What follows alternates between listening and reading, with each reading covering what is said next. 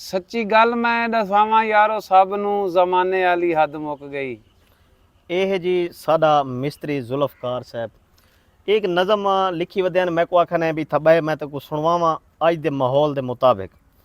ਮੈਂ ਕਹਿੰਦਾ ਆਪਣਾ ਅਸੂਲ ਨਹੀਂ ਕਿ ਕੱਲੇ ਅਸਾਂ ਸੁਣੋ, ਅਸਾਂ ਕਿਉਂਕਿ ਸੁਣਵਾਵਣੀ ਹੁੰਦੀ ਆਪਣੇ ਵੀਵਰਸ को।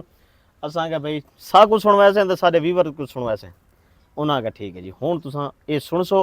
अगर तो कोई नज़म अच्छी लगे इको लाइक शेयर करना नहीं भूलना। बिल्कुल सच्ची गल मैं सुनावा यारो सब नू जमाने वाली हद मुक गई।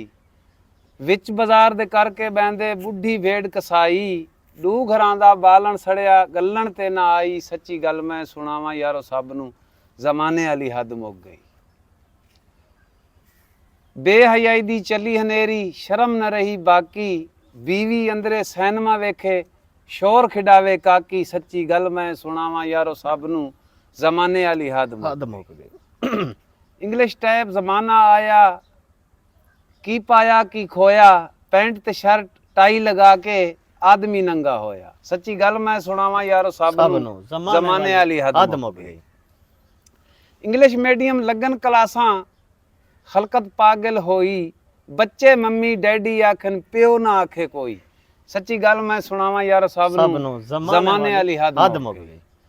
जुल्फी की जमाना आया गल मैं केड़ी दसां, फत्तो नेट ते फिल्मां वेखे मैं रोवां या हसां। सच्ची गल मैं सुनावा यार सब नू जमाने वाली हद मुक गई। ये साडी वीडियो शेयर करना नहीं भूलना।